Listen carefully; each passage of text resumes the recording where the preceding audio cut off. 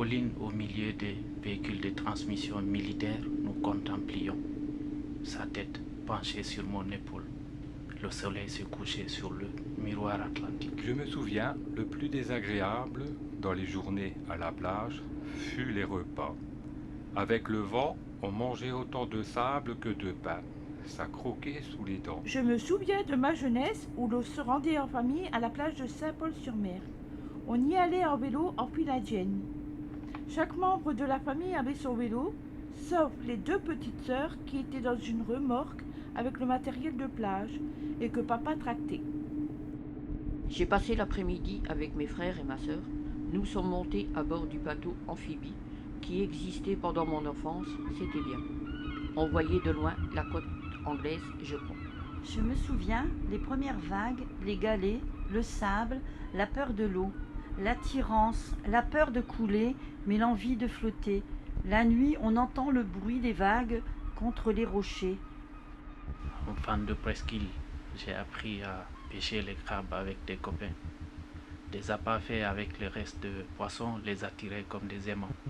Des beaux crabes rougeâtres sortaient des cailloux comme des pelleteuses en miniature.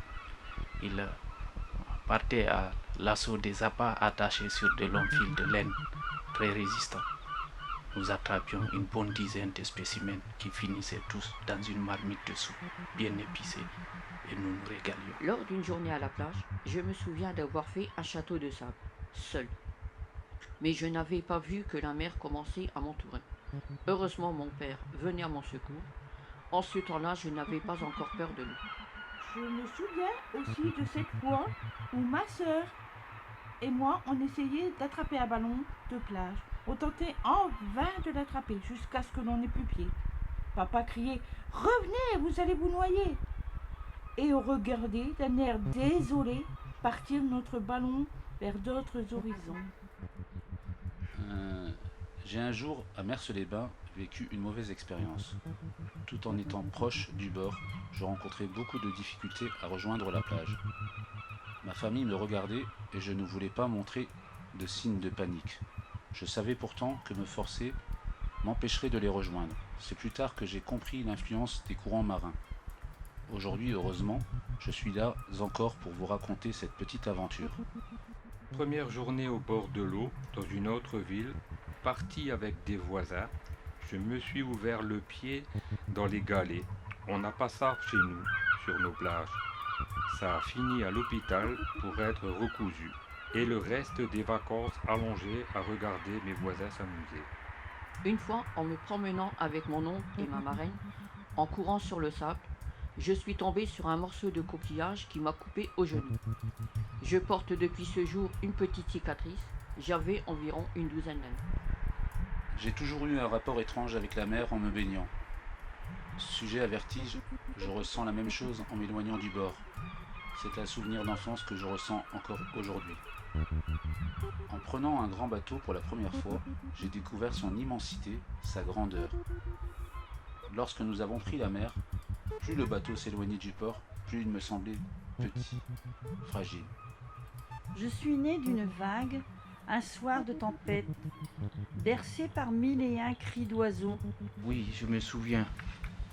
Je me souviens encore de mes yeux rougis par l'eau salée de l'océan et la peur de rentrer à la maison pour avoir brisé l'interdit.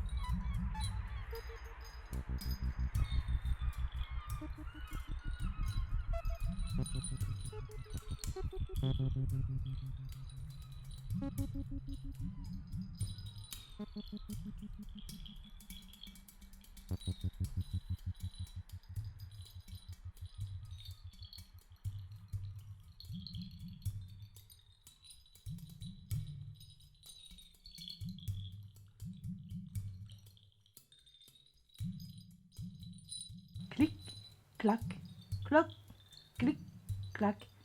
Le bruit léger de la pluie tombant sur la mer.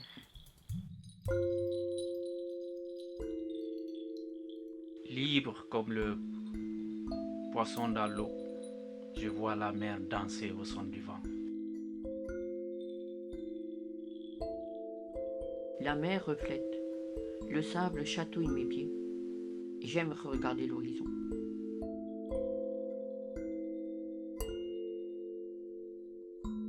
Je suis née d'un message, d'une bouteille lancée à la mer.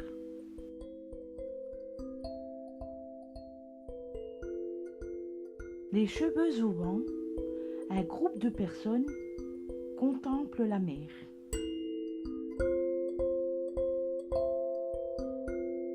Les baïnes, force est de constater que lutter, c'est aller à contre-courant. Telle la marée, la vie a des hauts et des bas.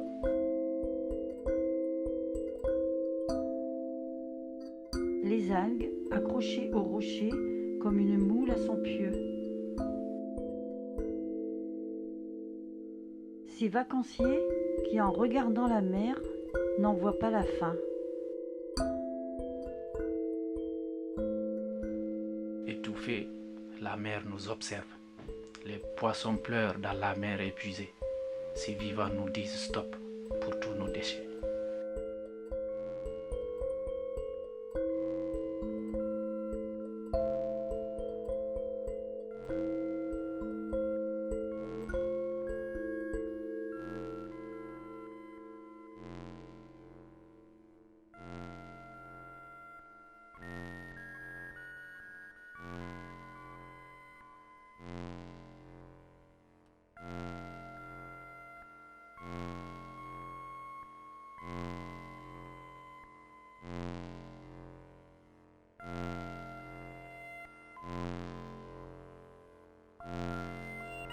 Il paraît qu'ailleurs, la mer est bleue.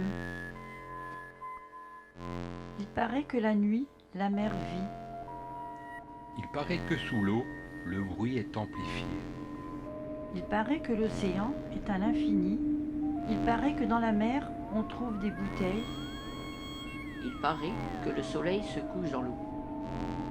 Il paraît que la nuit, baleines et dauphins nagent ensemble. Il paraît que les êtres marins communiquent. Il paraît que les poissons se mangent entre eux. Il paraît que les poissons, la nuit, se racontent des histoires. Il paraît que les méduses sont éliminées par des bactéries qui se transforment en lumière. Il paraît que les méduses viennent s'échouer par temps chaud. Il paraît qu'il y a plus d'espèces marines que d'hommes sur Terre. Il paraît que l'être humain vient de l'océan. Il paraît que le pêcheur a peur des tempêtes. Il paraît que la mer a des bienfaits sur notre mental. Il paraît que se baigner en mer porte malheur. Il paraît que l'excès de consommation est un risque pour l'environnement. Il paraît que la mer serait la poubelle de la terre. Il paraît que l'eau se retire. Il paraît que le monde change et qu'il se dégrade trop vite. Il paraît que le réchauffement climatique risque d'augmenter le volume de l'océan. Il paraît que l'air est de plus en plus pollué.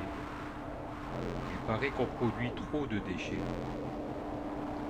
Il paraît que le niveau de la mer monte. Il paraît que la mer veut nous engloutir.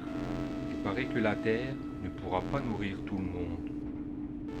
Il paraît qu'il n'y aura plus de plage d'ici quelques années. Il paraît que les îles vont disparaître.